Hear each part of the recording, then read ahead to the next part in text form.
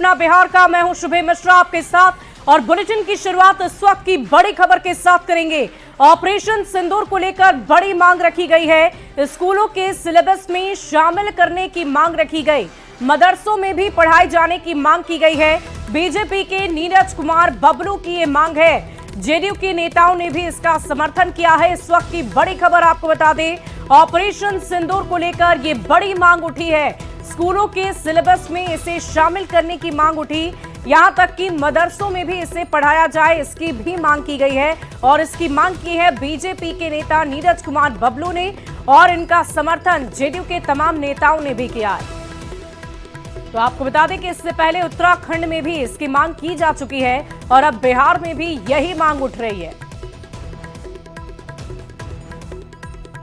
तो इस वक्त की बड़ी खबर आपको ऑपरेशन सिंदूर से जुड़ी हुई बता रहे हैं। आपको बता दें कि ऑपरेशन सिंदूर को लेकर ये बड़ी मांग की जा रही है। स्कूलों के सिलेबस में इसे शामिल करने की बात कही जा रही है, यहां तक कि इसे मदरसों में भी पढ़ाया जाए ये भी कहा जा रहा है। आपको बता दें कि इसकी मांग बीजेपी के नेता नीरज कुमार बबलू की तरफ से उठाई गई और इसका समर्थन जेडीयू के तमाम नेताओं ने किया है। आपको बता दें कि इससे पहले अन्य राज्यों में भी ऐसी मांग उठ चुकी है। उत्तराखंड में इसकी मांग पहले उठाई गई थी और अब बिहार में भी यही मांग उठ रही है कि ऑपरेशन सिंदूर के तहत बच्चों को स्कूल में ये बताया जाना चाहिए कि ऑपरेशन सिंदूर कैसे किया गया था और इसे बच्चों के बुक में, सिलेबस में लाया जाना चाहिए ताकि बच्चों को पूरी जानकारी हो सके कि ऑपरेशन सिंदूर के तहत भारत ने किस प्रकार विश्व भर में एक नई पहचान स्थापित कर ली और कैसे युद्ध स्तर पर तैयारी के साथ भारत ने पाकिस्तान के तमाम मिसाइल, तमाम ड्रोन्स के परखच्चे उड़ा दिए थे।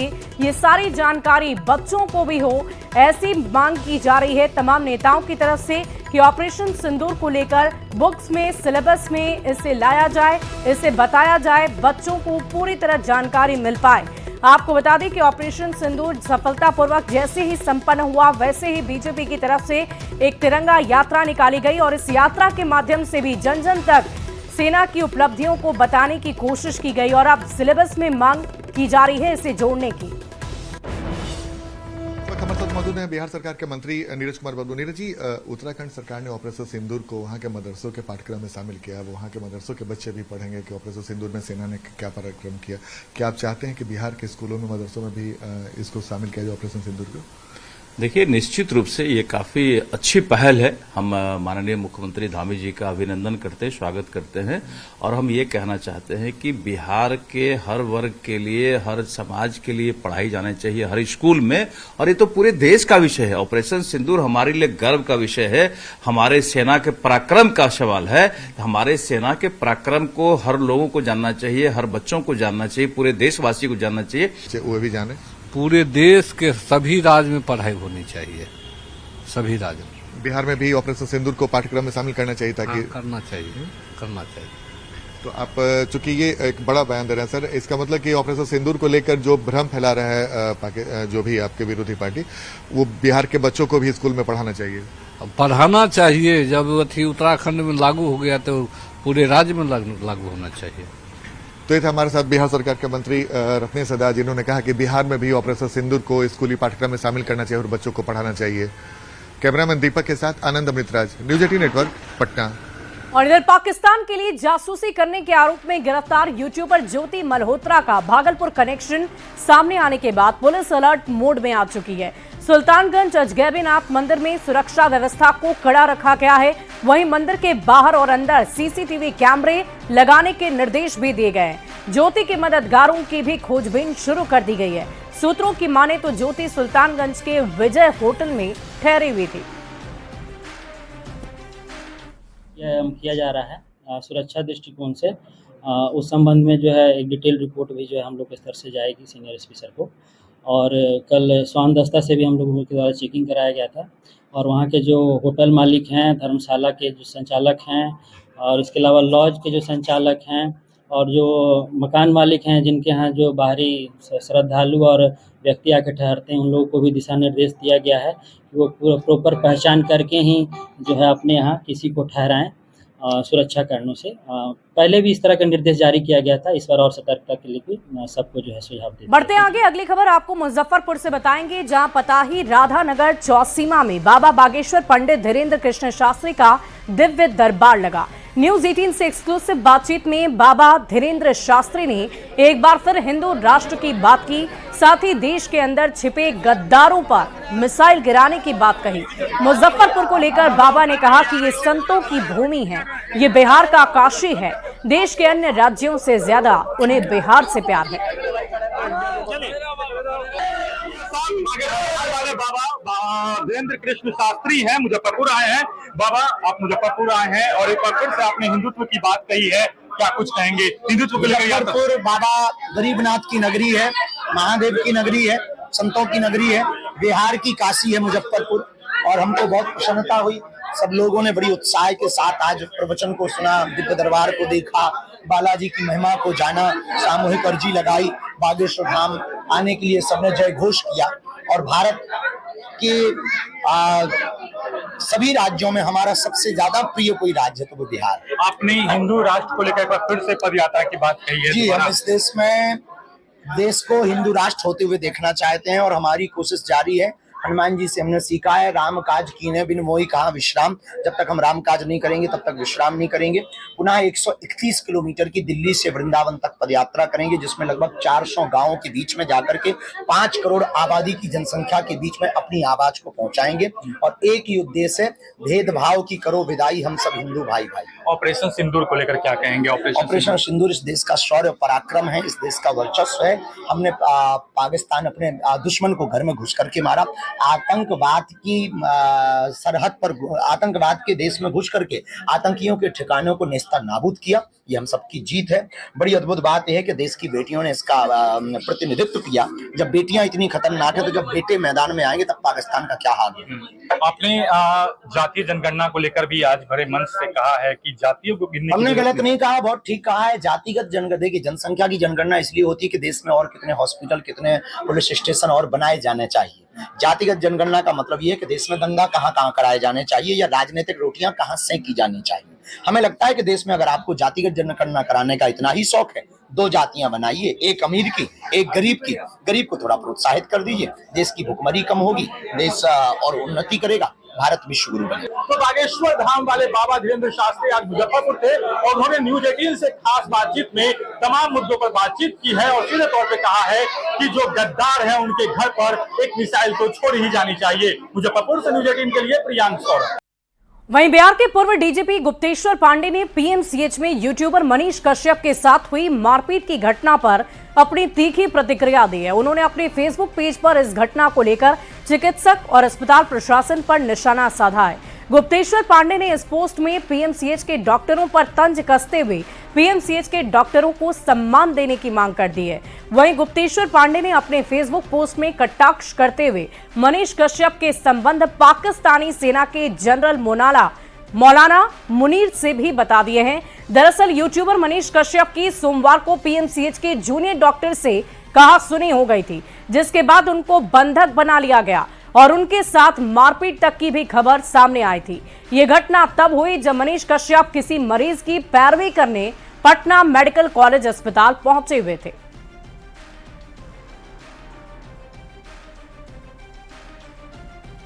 तो तस्वीरें हम आपको दिखा रहे हैं। मनीष कश्यप के समर्थन में अब गुप्तेश्वर पांडे आ गए हैं। सोशल मीडिया पर खुलकर उन्होंने अपनी बात कही और पीएमसीएच पर कटाक्ष किया है। साथ ही साथ डॉक्टरों को परम वीर चक्र देने के लिए भी कह दिया है।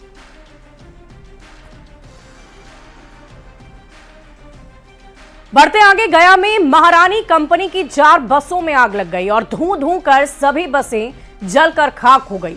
ये आग कैसे लगी, ये कारण अब तक स्पष्ट नहीं हो पाया है, लेकिन बताया जाता है कि किसी यात्री के द्वारा सिगरेट पीकर उसे वहीं पर फेंक दिया गया था, जिसके कारण कुछ देर के बाद यहां आग लगी और एक एक करके 4 बस में आग लग गई। सभी चारों बस एक साथ खड़ी थी और घटना की सूचना मिलते ही मौके पर फायर ब्रिगेड की टीम पहुंची और आग पर काबू पाया। ये तस्वीरें हम आपको दिखा रहे हैं, कैसे धू कर एक साथ 4 बसें जल गई, क्योंकि ये सभी बसें एक जगह पर खड़ी थी। और देखिए कैसे अगलगी की घटना हुई है और इन तस्वीरों को देखकर आप अंदाजा लगा सकते हैं कि कितना बड़ा नुकसान हुआ है। और दो तस्वीरें इस वक्त आपकी टीवी स्क्रीन पर है और देखिए जलकर खाक हुई बसों की तस्वीरें हम आपको दिखा रहे हैं। सिविल लाइन थाना इलाके की ये घटना बताई जा रही है। गया की ये तस्वीरें हैं। एक छोटी सी गलती ने कितना बड़ा नुकसान कर दिया ये आप देख पा रहे होंगे। बताया जा रहा है कि सिगरेट पीकर किसी ने वहां पर फेंक दिया था, जिसकी वजह से इतना बड़ा नुकसान हो गया। रात में 1:30 बजे लगभग अचानक हमारे समकक्ष स्टाफ लोग को पता लगा कि आग लग गया। दौड़ के गए हम लोग वहां पर देखने के लिए। बसें तो ज़्यादा जल चुकी थी। 6 बस लगी हुई थी वहाँ, जिसमें 4 आग के अच्छे लपटों में आ गया था और 2 बचा, जिसको हम लोग प्रयास करके। कैसे लगी होगी आग? इसका तो जब तक नहीं देखेंगे इसको बता। जानकारी कब हुई आपको? जानकारी तो रात में तुरंत हो गई थी। वहीं बेगूसराय में एसटीएफ और अपराधी के बीच मुठभेड़ हुई है। मुठभेड़ में 25,000 के इनामी रणवीर महतो के पैर में गोली लग गई और पुलिस ने रणवीर महतो को हथियार और गोली के साथ ही गिरफ्तार कर लिया। उसके खिलाफ चर्चित हेमा मौर्य मुख्य हत्याकांड के साथ ही कुल मिलाकर 6 मामले दर्ज हैं। घटना नावकोठी थाना क्षेत्र के समसा गांव की है। फिलहाल अपराधी को बेगूसराय सदर अस्पताल रेफर कर दिया गया है और बेगूसराय से ये तस्वीरें हम आपको दिखा रहे हैं, जहां मुठभेड़ की तस्वीर सामने आई है। इस लाल घेरे में आप देख पा रहे होंगे कैसे ये मुठभेड़ हुई है।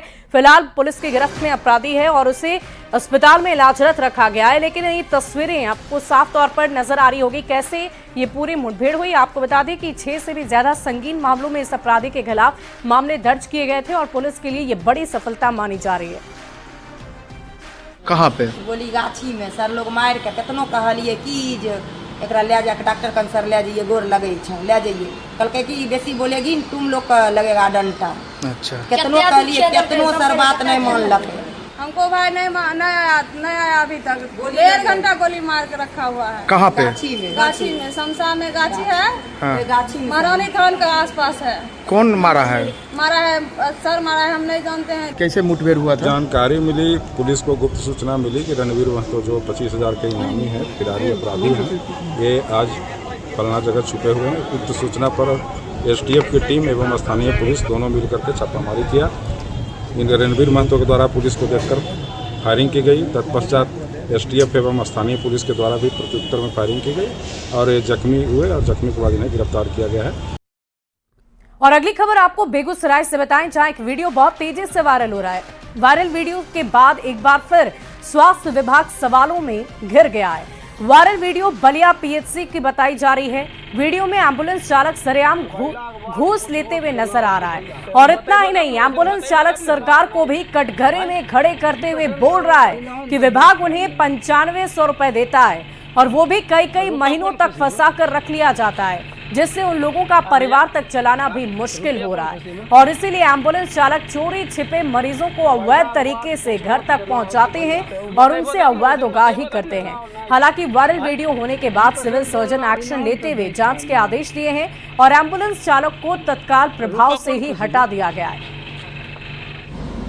किसी बंधु के द्वारा जो है कि वो हाईलाइट किया गया था, जो कि मरीज से पैसा लेते हुए भी दिखाया गया उसमें, और सरकार की व्यवस्थाओं को धत्ता बताते हुए कि इतने पैसे में मेरा काम नहीं हो रहा है। तो ये सब सारा संज्ञान में आने के बाद इसके एसईओ को खबर कर दिया गया है और इसके उच्चाधिकारी को भी खबर कर दिया गया है। वहीं सीतामढ़ी जेल में विचाराधीन कैदी की मौत हो गई, जिसके बाद गुस्साए परिजनों ने सदर अस्पताल में जबरदस्त हंगामा किया है। हंगामा होते देख अस्पताल के कर्मी मौके से फरार हो गए। सूचना मिलने के बाद पुलिस की टीम मौके पर पहुंची और गुस्साए लोगों को समझा बुझाकर शांत कराया गया।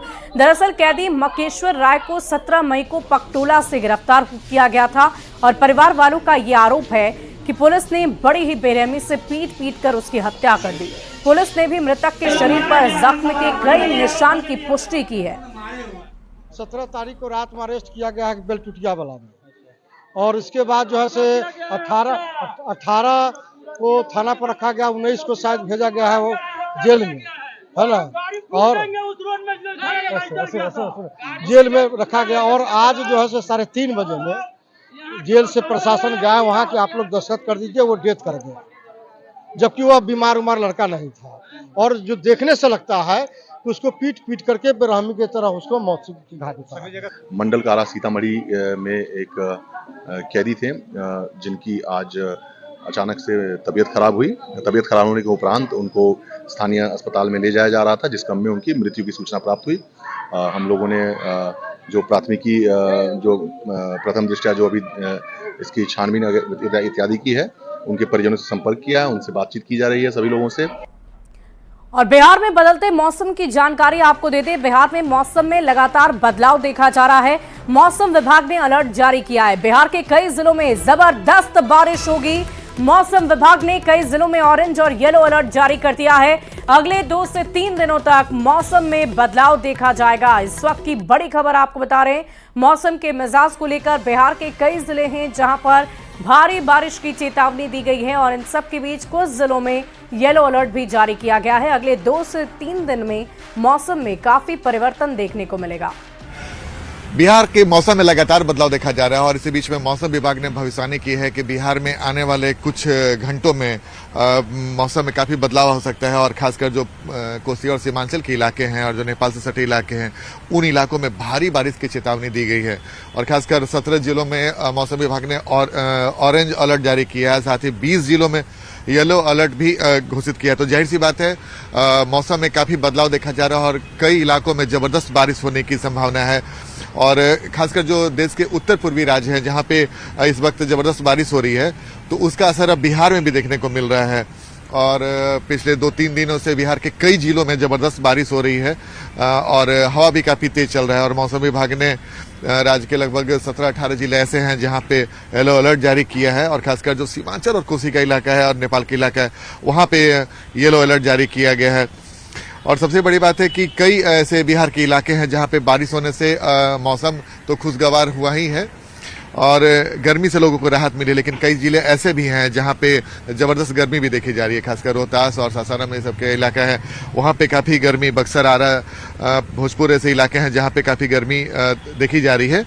लेकिन मौसम विभाग ने कहा है कि आने वाले 22 और 23 मई को कई इलाकों में जबरदस्त बारिश हो सकती है। और मौसम विभाग ने यह भी बताया है कि उत्तर और पूर्वी बिहार के जो ऊपर का जो इलाका है, वहां पे साइक्लोन एक्टिव है, जिसका असर अगले 2-3 दिनों तक राज्य के विभिन्न हिस्सों में दिखाई पड़ेगा। तो जाहिर सी बात है मौसम में बिहार में लगातार बदलाव देखे जा रहे हैं और मौसम विभाग ने कई इलाकों में ऑरेंज से लेकर येलो अलर्ट जारी किया है। कैमरामैन दीपक के साथ आनंद अमृतराज, न्यूज 18 नेटवर्क, पटना। और इस बार मानसून समय के पहले पहुंच सकता है, जिसका असर अब दिखने लगा है। बिहार में भी मौसम में बड़ा बदलाव देखा जा रहा है। मौसम विभाग ने यह भविष्यवाणी की है कि उत्तर और पूर्वी बिहार के ऊपर साइक्लोन एक्टिव है और इसका असर कम से कम अगले 2 दिनों तक राज्य के विभिन्न हिस्सों में दिखाई देगा। मौसम विभाग ने कई जिलों में ऑरेंज और येलो अलर्ट जारी किया है और अधिक जानकारी दे रहे हैं न्यूज 18 संवाददाता आनंद अमृतराज। में मौसम ने आज अचानक से करवट ले ली है। धूल भरी आंधी के साथ तेज हवाएं चल रही है और आसमान में काले और घने बादल छाए हुए हैं। ये गोपालगंज शहर की तस्वीर है जहां पर इस वक्त आसमान में काले और घने बादल छाए हुए हैं। हालांकि मौसम विभाग ने आज बारिश को लेकर अलर्ट नहीं जारी किया है, लेकिन सुबह से धूल भरी आंधी के साथ तेज हवाएं चल रही है और मौसम सुहाना हो गया है। आसमान में काले और घने बादल छाए हुए हैं, जिससे तापमान में भी गिरावट दर्ज की गई है। आज अगर अधिकतम तापमान की बात करें तो गोपालगंज में आज अधिकतम तापमान 35 डिग्री तक पहुंच चुका है, तो न्यूनतम तापमान 27 डिग्री तक मापा गया है। ऐसे में मौसम सुहाना होने और आसमान में काले बादल छाए रहने और ठंडी हवाएं चलने से लोगों को उमस भरी गर्मी से राहत मिली है। मौसम विभाग ने कहा कि आज पूरे दिन आसमान में काले बादल छाए रहेंगे और ठंडी हवाएं चलेगी, जिससे लोगों को उमस भरी गर्मी से राहत मिल सकती है। गोविंद कुमार, न्यूज 18 गोपालगंज। गोपालगंज से न्यूज 18 संवाददाता गोविंद की इस रिपोर्ट को आपने देखा कि कैसे आने वाले दिनों में गोपालगंज में मौसम के मिजाज में तब्दीली देखी जाएगी। बढ़ते आगे, ऑपरेशन सिंदूर से हर देशवासियों की भावनाएं जुड़ गई है। भागलपुर के मैंगो मैन अशोक चौधरी ने क्रॉस आम का नाम ऑपरेशन सिंदूर के तहत सिंदूर रखा है। सुल्तानगंज के रहने वाले अशोक चौधरी आम पर रिसर्च करते रहते हैं और आम को क्रॉस कर नई वैरायटी का उत्पादन करते हैं, उसका अलग अलग नामकरण करते हैं। उन्होंने बीजू और सिंदूर आम का एक क्रॉस तैयार किया, जिसका नामकरण उन्होंने नहीं किया था, लेकिन जिस तरह से पाकिस्तान में घुसकर भारतीय सेनाओं ने आतंकी ठिकानों को मिट्टी में मिला दिया, एयरबेस तबाह कर दिए, इससे आकर्षित होकर अशोक चौधरी ने आम का नाम ऑपरेशन सिंदूर के तहत सिंदूर रखा है।